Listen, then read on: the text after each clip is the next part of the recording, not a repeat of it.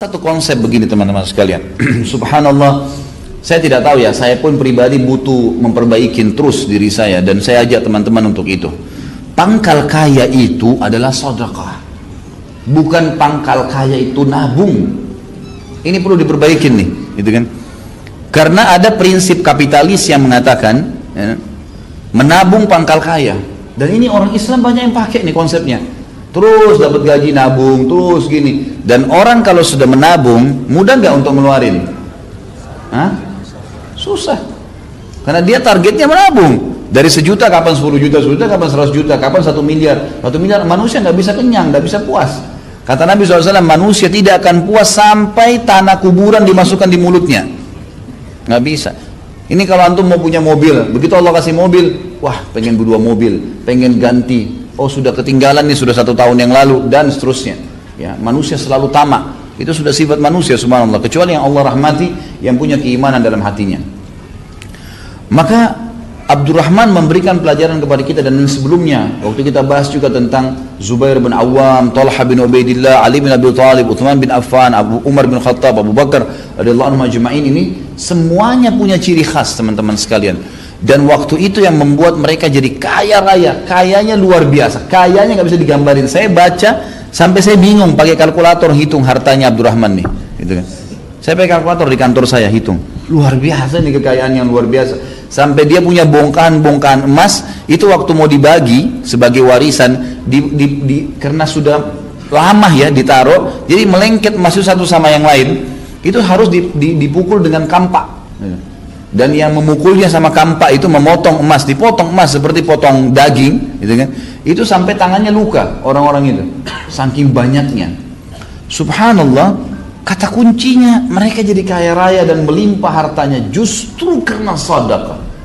Ini yang penting nih. Dan mereka bersedekah itu bukan insidental menunggu orang minta, bukan. Ciri khas mereka adalah mereka keluar mencari orang. Ini yang hilang dari kita nih. Jadi kita mungkin ada yang suka gemar sedekah, tapi pada saat lihat, oh ada orang miskin, kesian kasih.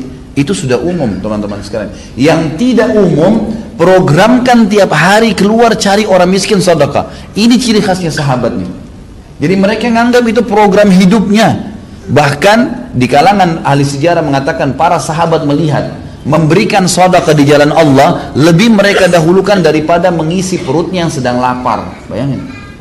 Jadi artinya mereka tidak mau makan sampai sudah sedekah dulu. Sampai seperti itu. Jadi sedekah itu merupakan sebuah program hidup. Dan subhanallah, dengan sedekah ini terbuka luar biasa pintu-pintu yang tidak masuk di akal kita sudah, gitu kan? Kalau mau pakai hitung-hitungan manusia, mau pakai sistem-sistem kapitalis dan non muslim sekarang ini nggak nyambung sudah. Susah sekali. Gitu kan? Karena bagi mereka mengeluarkan berarti secara matematika berkurang, kan gitu. Kalau kita tidak, Nabi SAW mengatakan dalam hadis sahih riwayat Imam Ahmad, demi zat yang ubun-ubunku dalam genggamannya tidak ada harta yang berkurang karena sedekah, nggak ada. Dan tidak ada seorang hamba yang bertawadhu merendah karena Allah kecuali Allah akan muliakan dia, gitu kan? Jadi memang penyampainya jelas konsepnya. Jadi sedekah itu membuka pintu rezeki, rahasianya itu. Keluarkan akan datang. Hadis Bukhari berbunyi, ya bena Adam, kata Nabi SAW, Allah berfirman, ya bena Adam, anfik alaik. Wahai anak Adam, berinfak dulu di jalanku, baru aku bukakan. Coba kita bersedekah ini, dan sedekah ini nggak boleh setengah-setengah. Emang betul-betul harus yang terbaik. Ya, kita berikan yang terbaik. Bagaimana kita mengeluarkan di jalan Allah Subhanahu Wa Taala dengan tidak ada pamrih? Karena kita tidak bisa teman-teman sekalian mendapatkan ikan paus dengan pakai ya pancingan yang kecil. Untuk mendapatkan ikan paus, ikan yang besar, itu butuh kapal-kapal tanker yang besar, gitu kan? Artinya, korbankan sesuatu yang besar, akan datang yang besar. Dan Allah Subhanahu Wa Taala dengan kemahamurahannya, kita kalau keluarin 1 juta nih, Allah nggak balas 1 juta, enggak. Allah Subhanahu Wa Taala akan balas kita 100 juta, lebih besar.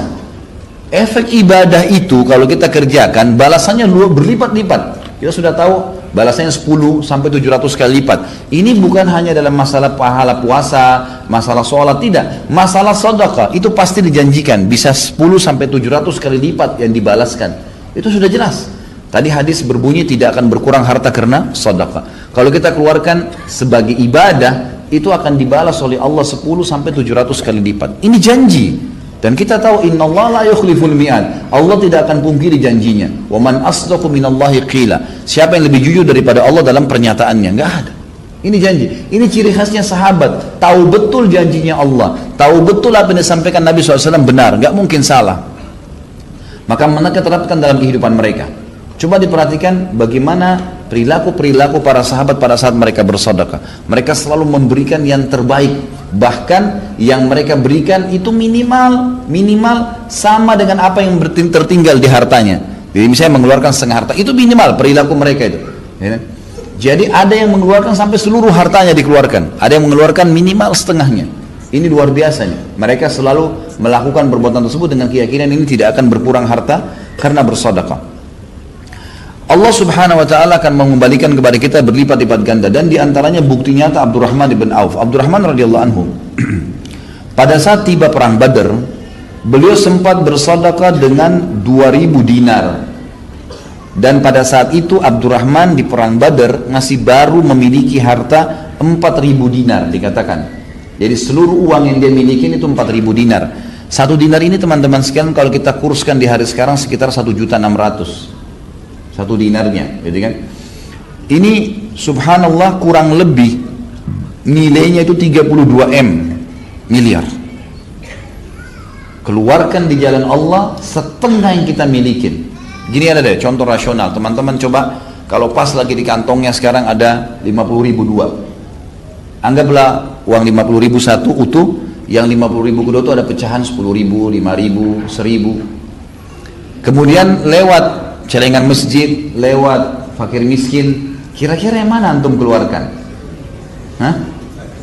Kira-kira bisa nggak, mampu nggak melawan jiwa kita untuk menarik yang 50.000 utuh, bukan pecahan, yang 50.000 utuh.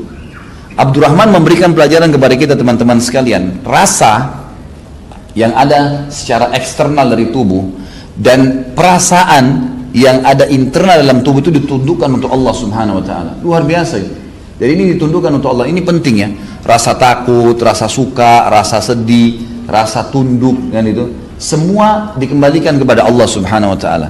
Abdurrahman radhiyallahu anhu memiliki setengah harta dan masih baru menggalang ya usahanya. Maka yang dia keluarkan pada saat dipanggil jihad setengahnya. Langsung 2000 dinar pada saat itu dikeluarkan oleh Abdurrahman. Ia juga menyumbangkan pada saat ya waktu yang lain, yang paling sering dia lakukan adalah begitu dapat keuntungan maka dia langsung, kalau kita sekarang mungkin mobil pick up ya, dia langsung menyiapkan 1 ekor unta, 3 ekor unta. Bahkan disebutkan dalam riwayat yang masyhur tentang beliau seringkali setiap dapat keuntungan pasti membeli unta. Unta itu dilengkapi dengan, kalau zaman dulu itu memang dilengkapi ada unta khusus untuk mengangkat barang. Jadi penuh dengan perangkat-perangkatnya, ya, kantong-kantong dari kulit yang memang mengangkat barang-barang yang berat. Jadi nanti orang kalau beli, biasanya orang beli untahnya dengan beli juga barang-barang yang ada di atasnya. Kalau kita sekarang pick up dan semua perlengkapan barang dagangannya. Abdurrahman ini seringkali, gitu kan, begitu dapat keuntungan, dia tidak pikir menyimpannya, tapi dia membeli sampai 700 ekor unta. Dan 700 ekor unta ini memenuhi jalan-jalan Madinah dengan dagang-dagangannya. Setelah penuh ini, padat, macet gara-gara 700 untanya Abdurrahman memenuhi jalan Madinah. Lalu pegawainya salah satu mengiklankan, Abdurrahman mengiklankan untuk kalian, silakan ambil semaunya. Penuh, macet, padat jalan Madinah diiklanin. Sampai masyarakat Madinah dalam riwayat dikatakan menganggap harta Abdurrahman harta mereka sendiri. Karena Abdurrahman selalu setiap orang datang mau utang diutangkan, setiap ada orang datang mengeluh punya utang dilunasi, dan setiap orang ada tidak pernah menolak. Orang mengatakan saya butuh ini langsung dikasih, nggak pernah. Sampai masyarakat Madinah mengatakan kami makmur di sebelahnya Abdurrahman.